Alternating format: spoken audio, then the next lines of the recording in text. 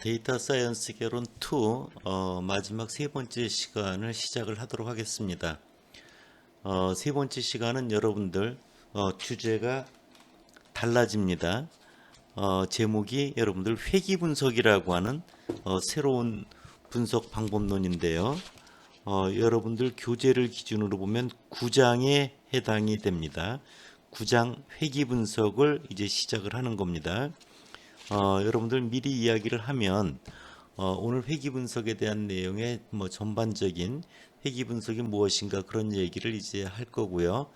다음 주 이제 5주차 지난 다음에 그 다음 6주차 때는 여러분들에게 있어서 그동안 배운 두 집단에 대한 비교, 그 다음에 상관 분석, 이와 관련되는 거에 대한 과제 내준 거에 대한 풀이, 또 그 외에 필요한 문제들에 대한 문제풀이 시간을 6주차에 여러분들에게 가질 계획입니다. 그래서 그동안 배운 걸 복습할 수 있는 그런 기회니까 여러분들 그렇게 생각해 주기 바라고요. 일단 세 번째 시간은 회귀 분석이라고 하는 9장 내용을 이제 새롭게 시작을 하도록 하겠습니다. 회귀 분석은 오늘 세 번째 시간에 얘기를 시작을 하고요. 6주차 지나서 7주차에 다시 여러분들과 이야기를 나누도록 할 것입니다. 슬라이드를 넘기도록 할게요. 먼저 회귀 분석 그러면 여러분들 회귀라고 하는 용어가 좀 낯설잖아요. 분석이라고 하는 것은 말 그대로 이제 나누고 나눌 분자, 석은 쪼갤 석자입니다. 그래서 나누고 쪼갠다라고 하는 건데 회귀 분석이라고 하는 것은 워낙 이 데이터 분석에서는 중요한 그러한 단원입니다. 그래서 여러분들이 정말 잘 기억을 할 필요가 있는 그런 내용인데요. 먼저 여러분들 거기 보면은요. 슬라이드에 이제 회귀 분석의 회귀라고 하는 용어가 거기 나오잖아요. 리그레션 해서 되어 있는데요. 거기 보면은 영어로 되어 있죠. 화면이 영어로 되어 있어요. 그리고 거기 보면은 테이블 8.1 골턴스 1885 크로스 태뷸레이션 오브 928 adult children born of 205 mid parents by their height and their mid parents height 해가지고 그 아래 표가 나와 있고요. 맨 아래 보면은 소스에서 골턴 1886A 이렇게 여러분들 되어 있는 걸 볼 수 있습니다. 왜 이 슬라이드를 영어로 된 슬라이드를 여러분들에게 보여주냐면요. 회귀라고 하는 용어가 처음 탄생된 그 원래 원천 자료가 여러분들 슬라이드 이쪽에 나와 있는 데이터이기 때문에 그렇습니다. 거기 먼저 골턴이라고 하는 사람이 이제 1886년에 소스로 되어 있는데요. 골턴이라고 하는 사람은 여러분들 그 주민등록증 만들 때 지문 기억나죠? 지문. 골턴은 이제 지문을 발견한 사람으로도 되게 유명한 그런 사람이고요. 또 여러분들 네이버라든지 이런 데 검색해 보면요. 우생학자 그런 거를 이제 우생학의 시초다. 그렇게 여러분들 이제 많이 알려져 있는 사람이기도 합니다. 골턴은 원래 유전학자였습니다. 영국의 유전학자였고요. 영국의 유전학자인데 관심이 원래는 IQ, 우리 지능에 대해서 지능이 유전이 되는 것인가에 관심이 많았던 사람인데 그와 관련되는 자료를 구하지를 못하고요. 발런티어들을 통해서 자발적으로 키라든지 몸무게라든지 이런 자료들을 이제 얻게 된 겁니다. 그 중에 골턴은 키에 대해서 관심을 가졌던 거예요. 키에 대해서 관심을 가져서 키가 이제 아버지가 있잖아요. 아버지의 키가 있습니다. 그 다음에 그 아버지가 이제 남자니까 아들 키가 있어요. 아들 키. 그래서 아버지 키가 아들 키로, 즉 아버지 키가 크면 아들 키도 큰 것인가, 아버지 키가 작으면 아들 키도 작은 것인가, 그렇게 이제 유전이 되는가, 그런 것들에 대해서 이제 관심을 가졌던 거였죠. 그래서 여러분들 그 2페이지에 나와 있는 아버지 키라고 하는 걸 X라고 두고요. X. 화살 표시를 쏘고요. 화살을 맞은 Y를 아들 키라고 해보세요. 그래서 아버지 키가 X, 화살 표시 쐈다 Y는 아들 키 이렇게 생각해 보세요. 화살 표시를 쐈다라는 건 한쪽 방향의 일방향의 관계를 의미합니다. 일방향의 관계를 의미합니다. X에서 화살 표시 썼다 Y. X는 뭐다? 아버지 키. Y는 뭐다? 아들 키. 이렇게 생각해 주기 바랍니다. 이와 관련되는 자료를 산점도로 그려놓은 슬라이드를 보도록 하겠습니다. 슬라이드를 넘길게요. 보면은 바로 3페이지에 그와 관련되는 내용이 나와 있습니다. 자, 먼저 보세요. 가로에 아버지의 키 X가 있죠. 인치로 되어 있습니다. 세로에 아들의 키가 되어 있습니다. 그러면 여러분들 아버지 키가 작은 쪽을 보세요. 아래쪽. 아버지 키가 작은 쪽은 62인치보다 왼쪽을 보면 자료점들이 4개가 보이죠. 4개가. 예. 근데 아버지 키가 62인치보다 작은 걸 보면 아들 키도 역시 작아요. 근데 아들 키는 62인치보다 작은 게 아니라 66인치 때보다 작은, 즉 아버지 키가 작으면 아들 키가 작긴 작지만 아버지보다는 다소 커진 경향을 볼 수 있고요. 오른쪽을 보면요. 오른쪽 74인치 이상을 보면 아버지 키가 큰 경우죠. 아버지 키가 큰 경우를 보면은 74인치보다 큰데 그에 대응하는 아들 키를 보면 역시 크긴 크지만 72인치보다 아래쪽에 위치한 걸 볼 수 있죠. 그래서 아버지 키가 크면 아들 키도 역시 크긴 크지만 아들 키는 그 아버지 키보다 다소 작아지는 경향이 있고, 아버지 키가 작으면 아들 키도 작긴 작지만 아버지 키보단 다소 커지는 경향이 있다. 그래서 작은 키는 다소 커지고 커진 키는, 큰 키는 다소 작아지는 그런 경향이 있다라는 것을 이제 골턴이 발견을 합니다. 이런 점들을 잘 대변하는 직선을 구해보자 해서 1903년도 칼 피어슨에 의해서 구해진 식이 바로 y는 33.73 더하기 0.516x라고 하는 식을 구하게 됩니다. 그래서 x의 아버지 키를 집어넣으면 y, 아들 키가 어느 정도 될 것인지를 예측할 수 있는 식을 만들어낸 거죠. 예. 자, 그래서 이 내용을 다시 한번 슬라이드를 보면, 자, 그림의 좌측 왼쪽을 보면은 작은 쪽이고요. 우측 위쪽을 보면은 아버지 키가 큰 쪽의 그림이 직선보다 아래쪽, 왼쪽은 직선보다 위쪽에 배치한 걸 볼 수가 있습니다. 다음 페이지로 한번 가볼게요. 그래서 여러분들 슬라이드를 보면은, 자, 가로축이 아버지의 키입니다. 세로가 이제 아들의 키입니다. 보면은 빨간 선으로 이제 세로로 그려놓은 게 있고요. 아버지 키의 평균이 되고요. 가로에 빨간 거를 거는 게 이제 자식들의 평균 키의 모습입니다. 그걸 기준으로 보면요. 평균보다 큰 아버지 키, 평균보다 큰 아버지 키는 다소 작아지는 경향이 있고, 평균보다 작은 아버지 키는 그것보다 다소 커지는 경향이 있다 이거죠. 그렇죠?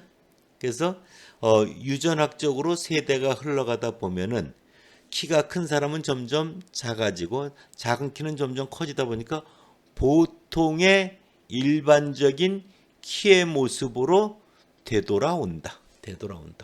회귀한다. 이런 의미를 생각을 해서 이제 회귀라고 하는 용어를 생각을 하게 되는 겁니다. 따라서 여러분들은 보통의 키의 모습으로 세대가 흘러가면서 리그레스 한다, 회귀한다. 그런 의미에서 회귀라고 하는 용어를 쓴 거죠.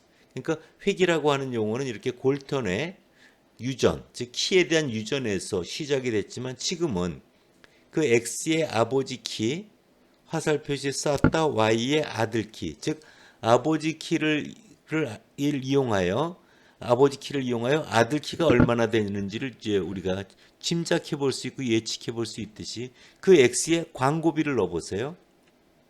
Y는 그 판매액, 매출액이라고 해 보세요. 그래서 광고비를 어느 정도 쓰느냐에 따라서 매출액이 얼마나 될 것인지를 예측할 수가 있는 거죠.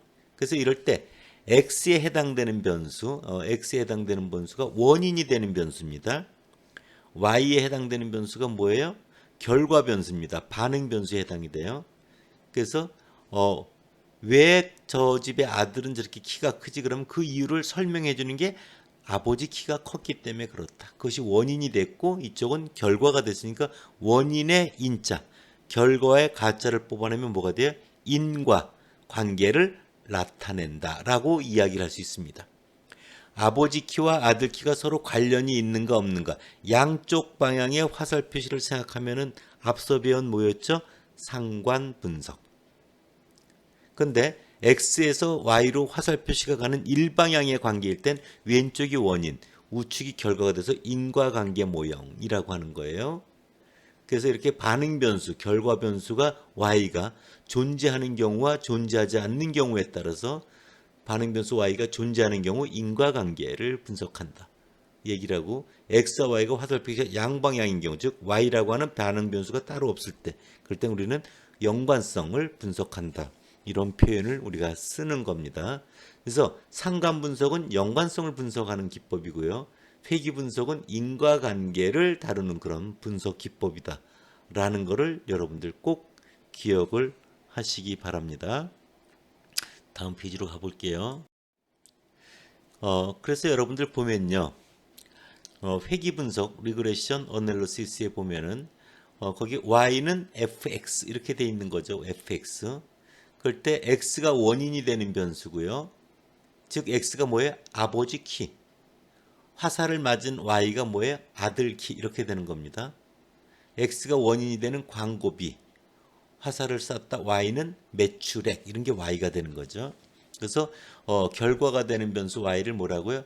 반응 변수 또는 종속 변수라고 표현을 하고요. 예측이 되어지는 변수를 말합니다.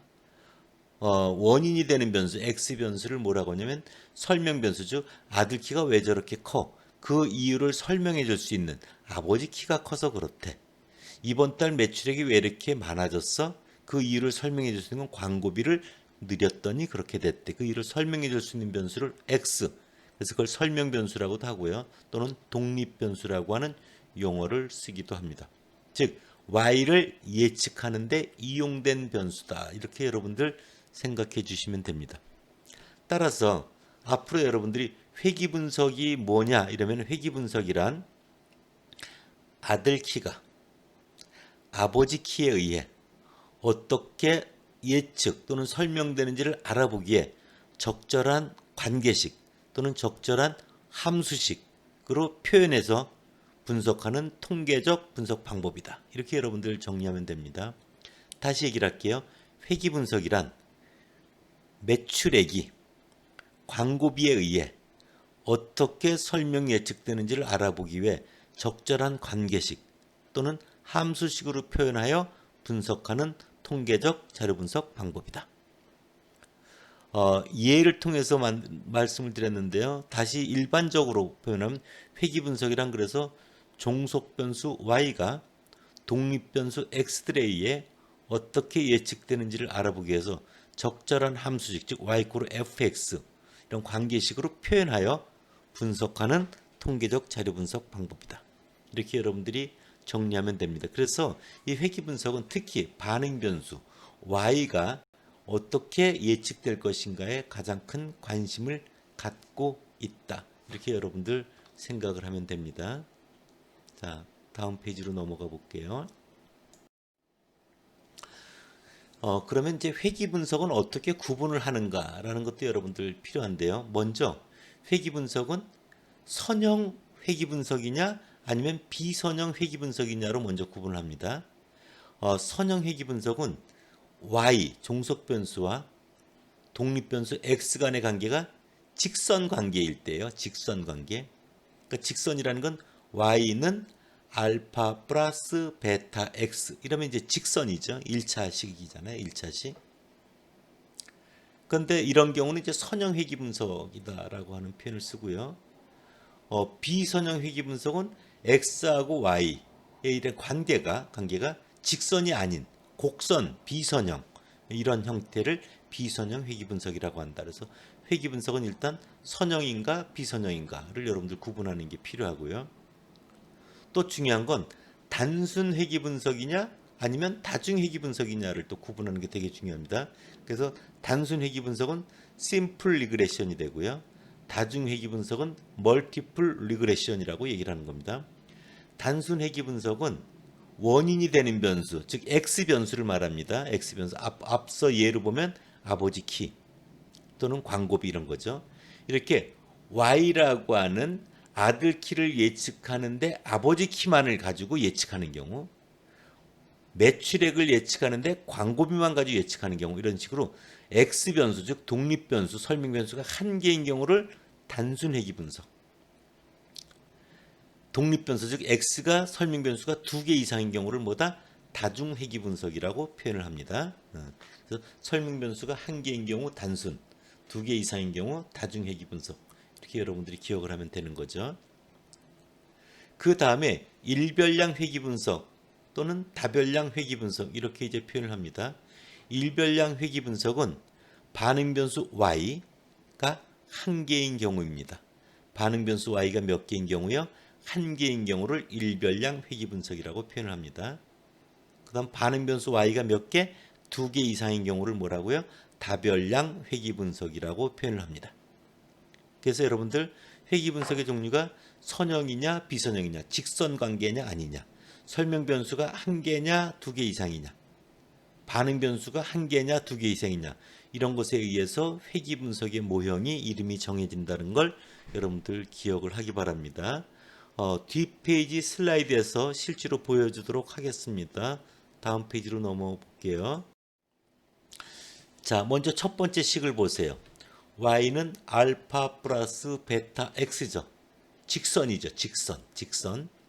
직선이니까 이것은 선형 회귀 분석이구나. 근데 설명 변수 x가 한 개밖에 없구나. 그래서 단순 선형 회귀 분석, 이렇게 이제 이름을 붙이면 됩니다. 두 번째를 보면요. y는 알파 플러스 베타 1 x1 플러스 베타 2 x2 플러스 점점점 베타 p xp, 이렇게 돼 있죠. x하고 y 관계가 무슨 관계예요? 직선 관계, 선형 관계니까 선형 회귀 분석이다. 대신 설명 변수 x가 x1, x2에서 xp까지 몇 개가 있어요? p개가 있죠. 설명 변수가 두 개 이상이구나. 그래서 이런 경우는 다중이구나. 그래서 다중 선형 회귀 분석, 이렇게 이제 이름을 붙이면 되는 겁니다. 세 번째 식을 보면요. y는 m 곱하기 익스포넨셜 가로 열고 알파 플러스 베타 x 나누기 1 플러스 익스포넨셜 가로 열고 알파 플러스 베타 x. 그러니까 이거는 뭐예요, 여러분들? 직선이 아니죠. 직선 관계가 아니죠. 그렇죠? 이것은 지수 함수 형태잖아요. 이런 경우는 뭐다? 비선형 회귀 분석이구나. 이렇게 여러분들이 생각할 수가 있죠. 그 다음에 맨 아래를 보면은 뭐예요? y1은 알파 1 플러스 베타 1 x1 플러스에서 베타 1p xp까지 돼 있고요. 또 y2는 절편항이 알파 2 플러스 베타 2 x1 플러스에서 베타 2p xp 이렇게 돼 있고요. y3는 알파 3부터 이렇게 돼 있죠. 그러니까 반응 변수 y가 몇 개 있어요? 세 개가 있잖아요. 그렇죠? 반응 변수가 몇 개? 세 개가 있다. 그래서 이런 경우는 뭐다? 다별량 회귀 분석이다. 다별량 회귀 분석이다. 위에 단순 선형 회귀 분석, 다중 선형 회귀 분석, 비선형 회귀 분석에 있는 y는 몇 개 있어요? 하나밖에 없죠. y는. 이런 경우는 뭐예요? 일별량 회귀 분석들인 거죠. 여러분들 이해할 수 있겠습니까? 그래서 회귀 분석이라고 하는 것은 앞서 얘기했지만 여러분들 뭐예요? 반응 변수 y를 설명 변수 x에 의해서 예측하는 데 있어서 관계식을 구성해서 분석하는 그런 통계적 분석 방법인데, 그 회귀 분석의 구분은 여러분들 선형 형태냐 비선형 형태냐, 설명 변수가 한 개이냐 아니면 두 개 이상이냐, 반응 변수가 한 개이냐 두 개 이상이냐에 따라서 회귀 분석의 종류가 이제 구분이 된다. 그렇게 여러분들 꼭 기억을 해두길 바라고요.